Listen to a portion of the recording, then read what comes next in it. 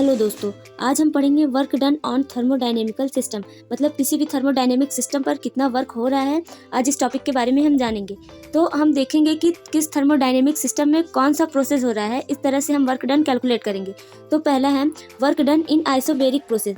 जब सिस्टम में जो है आइसोबेरिक प्रोसेस हो रहा है तब वर्क डन कितना होगा हम देखेंगे। आइसोबेरिक प्रोसेस का मतलब हमने आपको पिछले लेक्चर में बताया था। आइसोबेरिक मतलब ऐसा प्रोसेस जिसमें प्रोसेस के दौरान जो प्रेशर होता है वो कांस्टेंट होता है, यानी कि in isobaric process pressure is constant. इस प्रोसेस में प्रेशर जो है वो कांस्टेंट होता है। तो प्रेशर का जब आप डिफ्रेंसिएशन करेंगे तो वो जीरो हो जाएगा। तो यहाँ पर डीपी बराबर जीरो होगा। तो आप प्रेशर और वॉल्यूम के बीच का आप ग्राफ देखेंगे तो इस तरह से उसका ग्राफ बनता है। हमने आपको जब आइसोबेरिक प्रोसेस के बारे में पढ़ाया था तो उसमें इस ग्राफ के बारे में आपको बताया था। तो आप देखेंगे यहाँ पर पीवी ग्राफ हमने बनाया है आइसोबेरिक प्रोसेस का। यहाँ पर वॉल्यूम तो अलग अलग है V1 और V2, लेकिन प्रेशर जो है इन दोनों के लिए समान है। ये वॉल्यूम का एक्सिस है। तो इस तरह से since we know in general thermodynamics work done is represented by, तो हम जानते हैं कि थर्मोडायनेमिक्स में वर्क डन को किस तरह से लिखा जाता है। तो DW बराबर P इंटू DV होता है। इसको हमने प्रूव भी किया था पिछले लेक्चर में, जब हम मैकेनिकल प्रोसेस के बारे में बता रहे थे कि कैसे वर्क करके हम जो है किसी थर्मोडायनेमिक सिस्टम में चेंजिंग ला सकते हैं, उसकी इंटरनल एनर्जी में चेंजिंग ला सकते हैं। तो वहाँ पर फार्मूला हमने डेरिवेट किया था DW बराबर P इंटू DV। अब हमें टोटल वर्क डन जब निकालना होगा तो वहाँ पर हम इसका इंटीग्रेशन करेंगे। DW is equal to integration of DW is equal to integration of P into DV from V1 to V2। यानी हमने यहाँ इनिशियल पॉइंट लिया है और फाइनल पॉइंट लिया है। इनिशियल पॉइंट V1 है और फाइनल पॉइंट V2 है। तो W बराबर आप इंटीग्रेशन करना जानते ही होंगे, कांस्टेंट को हमने बाहर ले लिया है और DV का V होता है और यहाँ लिमिट लग गई V1 टू V2। W बराबर हो गया P और अब इसका आप नियम जानते होंगे कि upper limit minus lower limit, तो V2 माइनस V1। अब मल्टीप्लाई करेंगे तो W बराबर आ जाएगा PV2 माइनस PV1। इस तरह से हमने work done in isobaric process में देखा कि वर्क डन कितना होता है, इसको फाइंड किया। अब हम देखेंगे कि work done in isochoric process में कितना होगा। तो आइसोकोरिक का मतलब होता है ऐसा प्रोसेस जिसमें वॉल्यूम जो है वो कांस्टेंट होता है। प्रोसेस के दौरान पूरा आपका वॉल्यूम चेंज नहीं होता है। तो यहाँ पर वॉल्यूम कांस्टेंट होगा तो DV बराबर जीरो हो जाएगा। अब इसका आप ग्राफ देखेंगे तो यहाँ पर देखिए वॉल्यूम तो सेम है, लेकिन प्रेशर जो है वो चेंज हो रहा है। ये P1 है, ये P2 है और पूरे प्रोसेस के दौरान आपका वॉल्यूम सेम है और बाकी सारे जो मतलब स्टेट वेरिएबल हैं वो चेंज हो रहे हैं। तो इस तरह से W बराबर आप जानते ही हैं P इंटू DV होता है। DV बराबर चूंकि आपका जीरो है तो आपका वर्क भी जीरो ही हो जाएगा।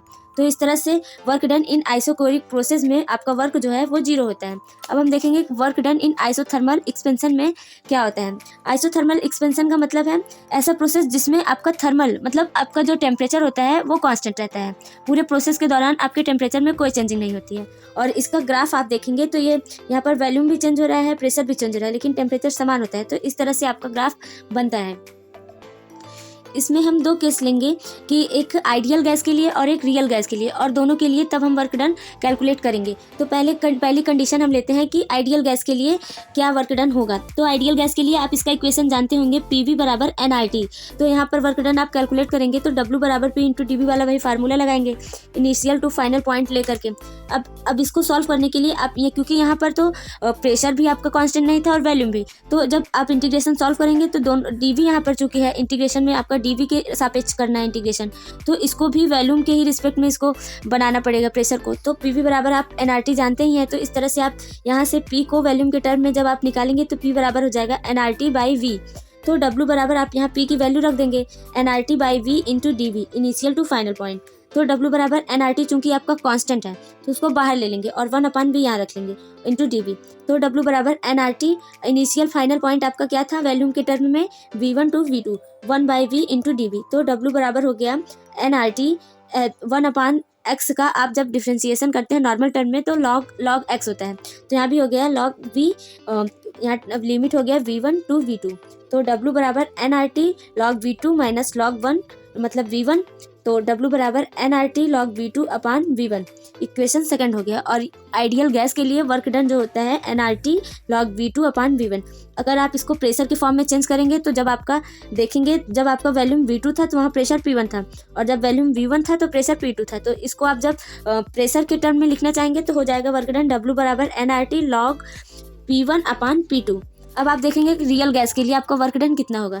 तो for real gas equation of state is, real gas के लिए आपको इक्वेशन होता है P + n² A/V² into V - NV equal to nRT। ये इक्वेशन आपको याद करना होगा। वैसे आइडियल गैस का इक्वेशन तो सबको याद होता है, लेकिन इसका रियल गैस का इक्वेशन सबको नहीं याद होता है। तो इस डेरिवेशन को करने के लिए आपको ये इक्वेशन याद होना चाहिए। अब वर्क डन W बराबर P × dB, आप ये तो जानते ही हैं पहले से ही।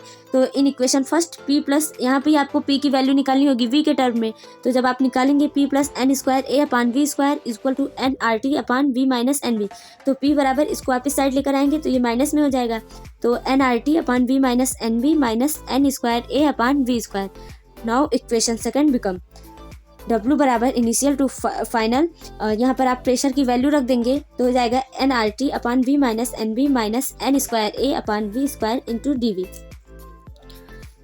तो W बराबर यहाँ पर इनिशियल फाइनल पॉइंट आप रखेंगे तो V1 और V2 हो जाएगा। अब इसका अलग अलग आप मल्टीप्लाई करके सॉल्व करेंगे तो आपका इंटीग्रेशन जो है वो आसानी से सॉल्व हो जाएगा। तो हो जाएगा nRT/V - NV into dV minus integration of n² A/V² into dV V1 to V2। W बराबर यहाँ ये nRT कांस्टेंट है तो इसको बाहर ले लेंगे और 1/V - NV का हो जाएगा log V - NV, और यहाँ V1 और V2 लिमिट है प्लस n² A। आप यहाँ सोचेंगे यहाँ माइनस है, यहाँ प्लस कैसे हो गया। तो n² A आप यहाँ कॉमन ले लिए, मतलब इसको बाहर ले लिए क्योंकि ये कांस्टेंट था। और 1/V² का इंटीग्रेशन जब आप करते हैं तो वो होता है -1/V। तो यहाँ हमने 1/V पॉजिटिव में लिखा है, तो यहाँ का माइनस, यहाँ माइनस से मल्टीप्लाई करेंगे तो माइनस माइनस प्लस हो जाएगा, इसलिए डायरेक्ट यहाँ प्लस लिख लिए हैं। और लिमिट V1 टू V2। तो W बराबर nRT log V2 - NV minus log V1 - NV, हमने यहाँ पर लिमिट रख दिया है V की जगह पे, plus n² A 1/V2 - 1/V1। तो W बराबर हो गया nRT log, यहाँ पर आप भाग वाला नियम जानते ही होंगे कि जब log x - log y होता है तो log x/y हो जाता है। तो इस तरह से log V2 - NV/V1 - NV हो गया plus n² A 1/V2 - 1/V1। इस तरह से ये रियल गैस के लिए कितना वर्क डन होता है हमने इसको कैलकुलेट कर लिया।